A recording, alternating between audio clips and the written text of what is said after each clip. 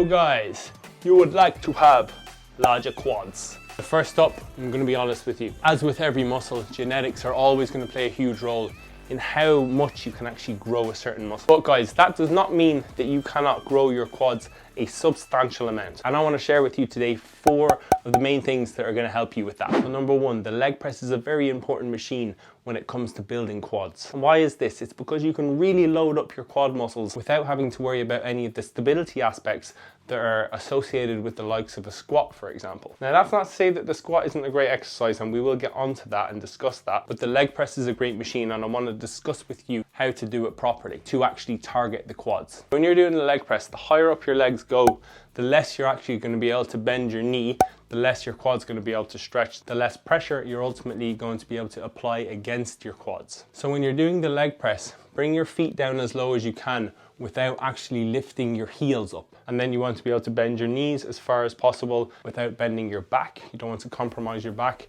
Try to let your knees go out, that will help. And try not to fall into the habit of every time pressing your legs up with your hands. And that's what a lot of people do, and you end up kidding yourself with how much weight you think you can actually lift or how much weight you're lifting. So guys, leg press, because it's a machine, super important for targeting quads and super important how you do it, and that's going to ultimately make a big difference for you. Number 2, and it's an exercise that gets some bad press, and it's the knee extension, the quad machine. But guys, if we're trying to build our quads, this is one of the exercises that you really want to go to, because it doesn't use any other muscle. It's not a high energy use machine because it really just focuses on one muscle group, which is the quads. Whereas with something like the leg press or the squat, you are actually having to use a lot more muscles, which requires more energy.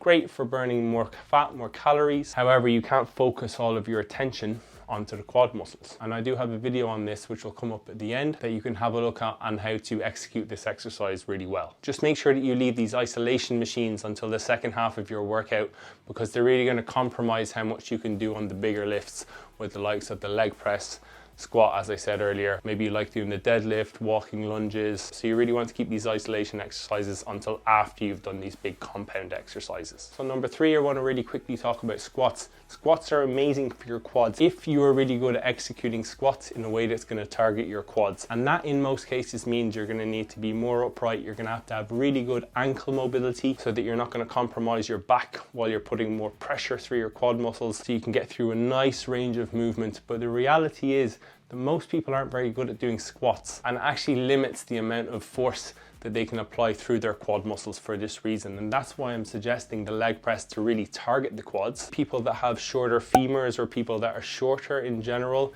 will have less trouble with the squat. I'm a tall person, I've practiced squats a lot, my ankle mobility isn't bad. So squats, for example, for me can be a good way of targeting my quads. Now squats are really great for a variety of things if you're a sports person, if you're trying to work on stability, injury prevention, strength for your back, strength for your quads, strength for your glutes. Arguably, I would say, along with the deadlift, those are probably the 2 best overall exercises that a person can do. If I had to pick one exercise to do for the rest of my life with nothing else, I might go for the squat. For most people, the squat isn't going to be optimal for building quads. That's not to say that you shouldn't do it though, not to say that you shouldn't practice it. And if you really enjoy the squat and you want to dedicate time to it for this reason and for other reasons, go for it. Please be my guest, absolutely. Now finally, number 4, training intensity and frequency. Most of us just do not train hard enough. There's so many of us online looking for all these routes to building muscle more quickly, optimally, you know, looking for the perfect technique. But if we're really being honest, most people just don't train hard enough. And if more people trained hard enough and didn't worry so much about all those other things, they would go a long way. So I don't just mean training hard in the gym, which is intensity. Frequency is another thing. And if you're really serious about building a muscle, you're going to want to be training at least twice a week, maybe even 3 times a week. I would be looking at least 20 sets per week,